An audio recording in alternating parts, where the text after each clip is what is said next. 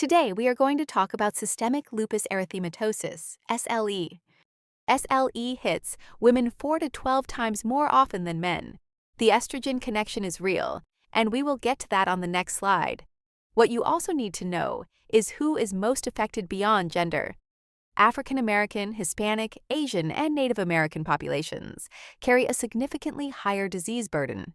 That means when you are assessing a young woman from one of those communities with joint pain, fatigue, and a rash, SLE needs to be high on your differential.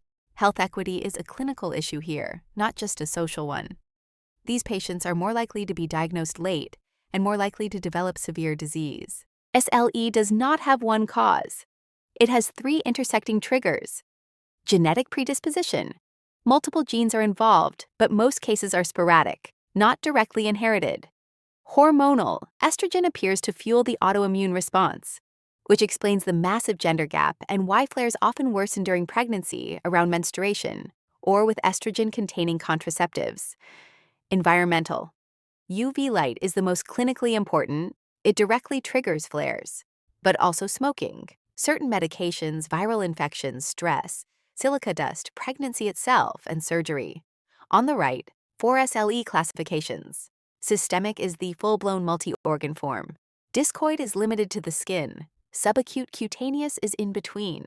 Drug-induced resolves when the offending drug is stopped. Common culprits include hydralazine, procainamide, and isoniazid. This is the core mechanism you need to understand. Step 1. The immune system misidentifies the patient's own nuclear components, DNA, proteins inside the cell nucleus, as foreign antigens. Step 2. B cells get stimulated by a protein called BLYS and go into antibody overdrive, producing massive amounts of autoantibodies. Some antibodies directly destroy host cells. Step 3. Antigens and antibodies bind together, forming immune complexes. Step 4. Those complexes deposit in the walls of capillaries throughout the body, kidneys, skin, joints, brain, triggering inflammation and tissue destruction everywhere they land. This is why SLE is systemic. The complexes go wherever the blood flows. Immune complex deposition is not selective. It hits every organ that has a capillary bed.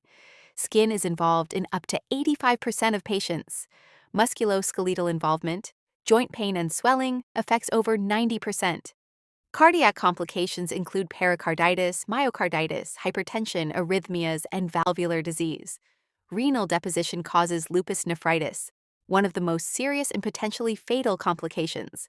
Neurologic involvement ranges from subtle cognitive impairment all the way to psychosis, seizures, and strokes.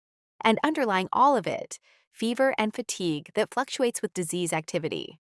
The course is chronic. Flares come and go, often unpredictably. Your patient will have good days and terrifying days. 2 organ systems with extremely high prevalence. Memorize these numbers.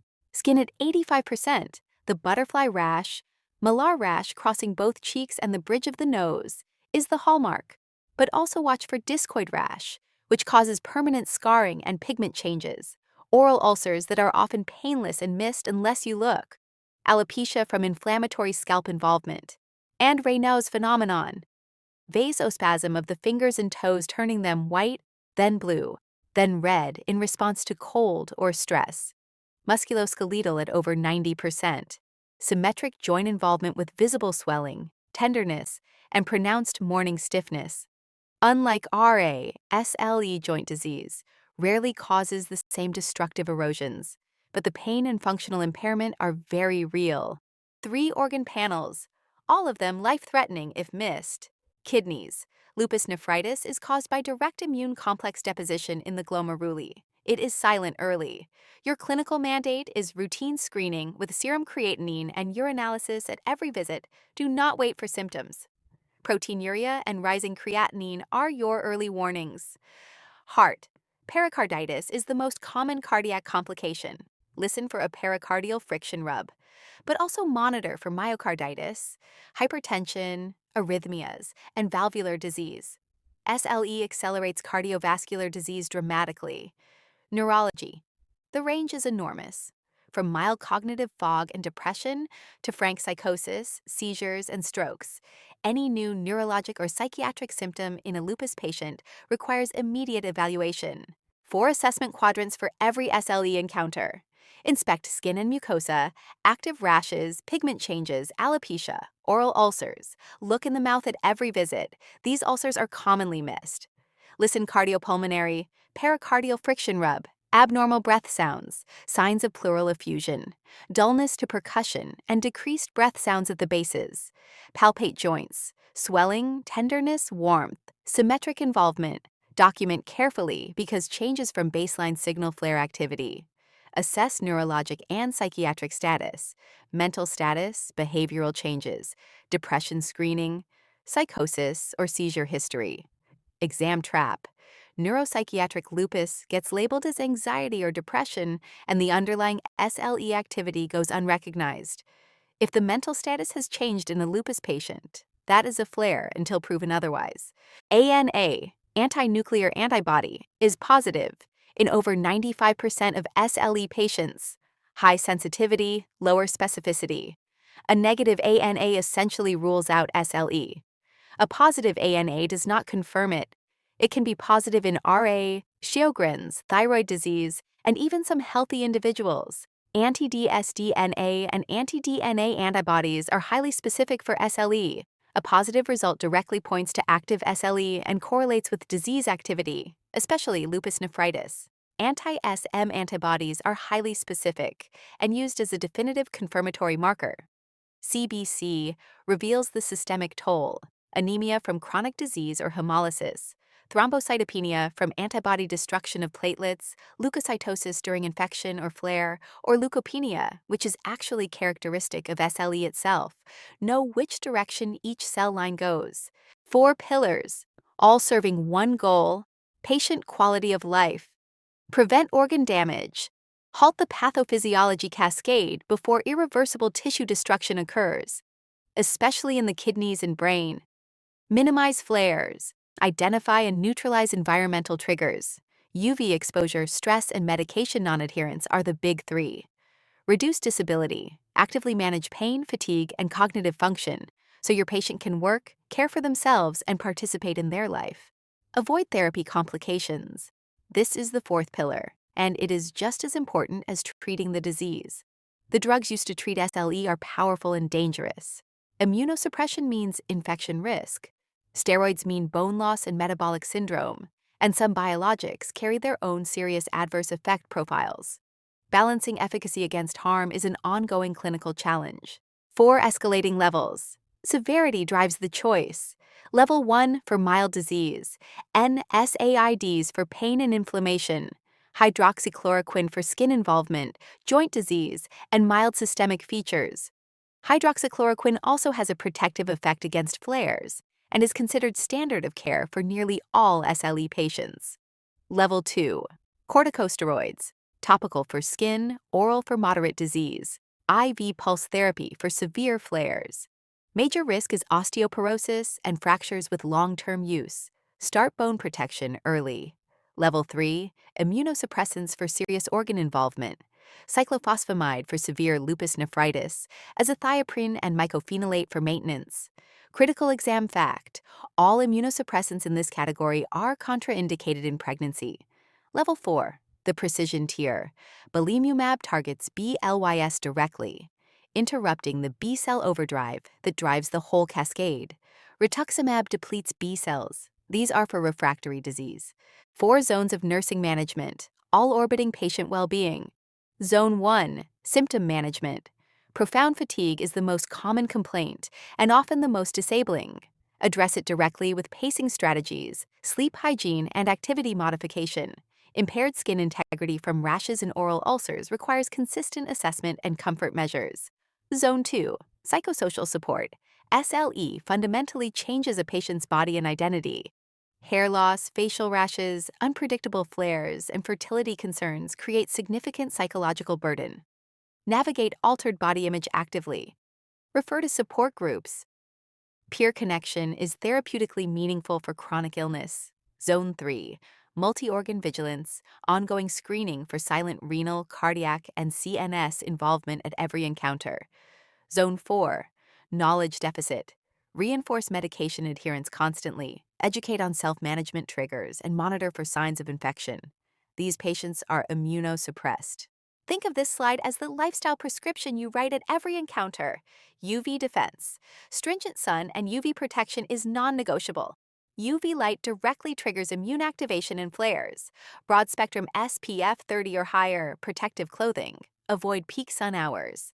This is not optional for your patient. Smoking cessation. Smoking increases vascular stress, accelerates cardiovascular disease, and may worsen SLE activity. Address both traditional tobacco and e-cigarettes. Vaping is not a safe alternative. Cardiovascular diet. SLE dramatically increases cardiovascular risk, compounded by steroid use and chronic inflammation. Dietary consultation for a heart-healthy, anti-inflammatory diet is a real clinical referral. Bone health protocols. Corticosteroid use drives osteoporosis. Get a baseline bone mineral density scan. Supplement calcium and vitamin D. And prescribe weight-bearing exercise. These are nursing-initiated conversations, not just physician orders. This slide shows you the clinical logic of intervention. Every treatment maps back to a specific point in the SLE cascade. UV triggers drive flares. Strict sun protection directly blocks the environmental input that ignites immune activation. BLYS fuels B-cell overdrive. Belimumab blocks BLYS precisely, interrupting antibody overproduction at the source. Immune complex inflammation causes tissue destruction. Corticosteroids and immunosuppressants suppress that downstream inflammatory response. Therapy complications, especially osteoporosis from steroids, are countered proactively with calcium, vitamin D, and weight-bearing exercise. Understanding why each intervention exists makes you a safer and more effective practitioner. You are not just giving medications. You are targeting a biological cascade at specific vulnerable points. 3 takeaways to master SLE management. Systemic vigilance. Never assess a flare in isolation. Every time your lupus patient presents with a new symptom, even something that seems minor, screen the kidneys, heart, and neurological system. SLE does not stay in one organ. Diagnostic precision.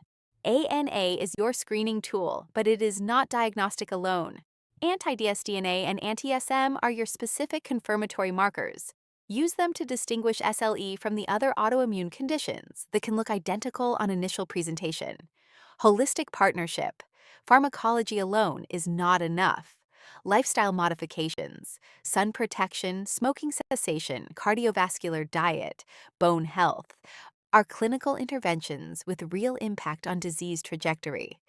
Psychosocial support is not ancillary. It is core to keeping your patient adherent, functional, and safe. In summary, women 4 to 12 times more affected, with higher burden in minority populations. Multisystem. Joints over 90%, skin 85%, kidneys and heart as critical organ targets. Environmental and hormonal triggers. UV light, smoking stress, and estrogen. These are your flare prevention conversation points. Diagnostic markers. ANA, positive in over 95%, anti-dsDNA and anti-SM as the specific confirmatory tests. Medical goals. Prevent organ damage, minimize flares, reduce disability. Lifestyle essentials. Sun protection, smoking cessation, bone health monitoring. Pharmacologic ladder. Monoclonal antibodies at the top.